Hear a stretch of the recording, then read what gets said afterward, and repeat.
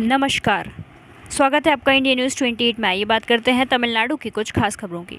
त्रिची में राजस्व विभाग संघों के महासंघ की ओर से धरना प्रदर्शन। मांगे। राजस्व और आपदा प्रबंधन विभाग, भूमि सर्वेक्षण विभाग में कार्यरत सभी स्तर के अधिकारियों को जानमाल की हानि न हो, इस तरह उचित कार्य सुरक्षा प्रदान की जाए। राजस्व विभाग के अधिकारियों पर हमला होने की स्थिति में अपराधियों को कड़ी सजा देने के लिए तत्काल विशेष कार्य सुरक्षा कानून लागू किया जाए। आम जनता के लिए काम को और बेहतर बनाने के लिए राजस्व और आपदा प्रबंधन विभाग में सभी स्तरों पर रिक्त पदों को जल्द से जल्द भरा जाए। राजस्व विभाग में कार्यरत अधिकारियों पर अनावश्यक कार्य दबाव बनाने के संबंध में विशेष रूप से फील्ड स्टाफ को पर्याप्त समय दिए बिना लक्ष्य निर्धारित करने और मानसिक तनाव के साथ काम करने के लिए मजबूर करने के संबंध में पहले ही सरकारी सचिव को अपील की जा चुकी है। इस संबंध में जल्द से जल्द समाधान प्रदान किया जाए। राजस्व और आपदा प्रबंधन विभाग और भूमि सर्वेक्षण विभाग में कार्यरत सभी स्तर के अधिकारियों के कार्य की प्रकृति और कार्यभार को ध्यान में रखते हुए सभी स्तर के अधिकारियों को बेहतर वेतन और विशेष वेतन प्रदान किया जाए। तमिलनाडु सरकार के विभागों में 25% पद अनुकंपा नियुक्ति के लिए आवंटित किए गए थे और नियुक्तियां की जा रही थी।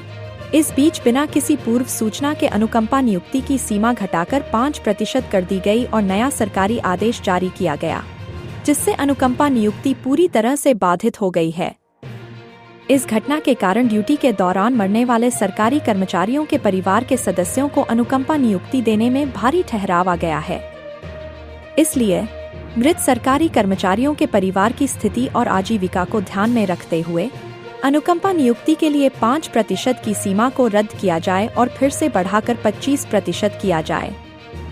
ग्राम सहायकों को शिक्षा के आधार पर उचित पद दिए जाएं। राजस्व और आपदा प्रबंधन विभाग के कार्य की प्रकृति को ध्यान में रखते हुए सभी स्तरों पर आउटसोर्सिंग, अस्थायी और समेकित वेतन पर नियुक्तियों को पूरी तरह से समाप्त किया जाए। इसके अलावा सभी पदों को स्थायी आधार पर भरा जाए। प्रत्येक वर्ष 1 जुलाई फसली वर्ष की शुरुआत को राजस्व विभाग दिवस के रूप में मनाया जाए और सरकारी आदेश जारी किया जाए। इसके अलावा आम जनता के लिए सभी स्तर के राजस्व विभाग के अधिकारियों की निस्वार्थ सेवा को मान्यता देने के लिए राज्य स्तर पर सरकारी कार्यक्रम आयोजित किए जाने चाहिए। कार्यक्रम में सैकड़ों राजस्व विभाग के कर्मचारी शामिल हुए। त्रिची से मुख्य संवाददाता वी बालाजी की रिपोर्ट।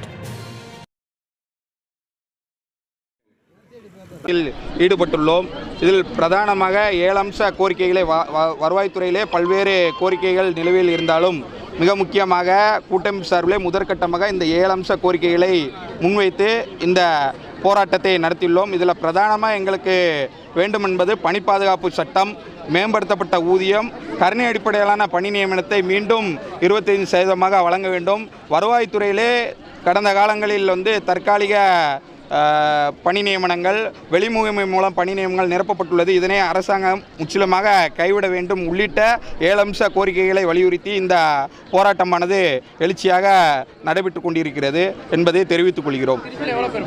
திருச்சியிலே ஏறத்தாழ 750க்கு மேற்பட்ட தோழர்கள் இன்றைய தினம் தற்செயல் விடுப்பு அளித்து பேரணியிலே கலந்து கொண்டுள்ளார் என்பதை மாவட்ட மையத்தின் சார்பிலே தெரிவித்துக் கொள்கிறோம்.